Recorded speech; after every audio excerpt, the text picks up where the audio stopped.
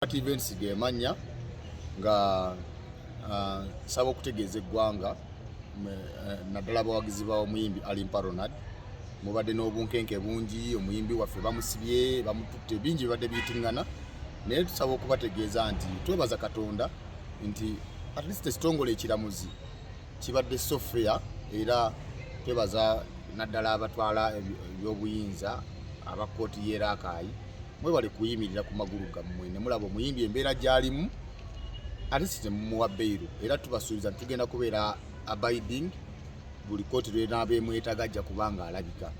Omuyimbi waffe mwenanga bwe mukimanyi nti alina ensonga z'abadde avunaanyizibwa.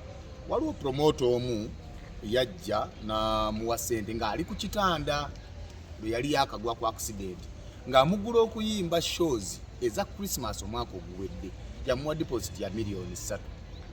We tuwoleza muyimbi nti yajja ku ssente promoter, naye promoter ayinza okuba nga alina ebigendererwa ebi ebyenjawulo, kubanga omuntu gwowa $3,000,000 noba nga okiriminga bakusasule $180,000 mbwe ebintu byajjibwa, ebintu byajja bingi byayogera ng'ate emisango tegifaanagana. Twagenza okutuuka ku kkooti ng'ate musango guliyo, mulala asaba $1,000,000 ng'ate ye wabeera Kampala eno ng'aze okwogera naffe so tezayogera nga tolina nawe otandikira kuteesa naye asaba $180,000. Naye kkooti emutadde kakalu kaayo era nga tugenda kuba nga tuddayo kkooti bwetwetaagira. Byebyo tuyinza okubategeeza.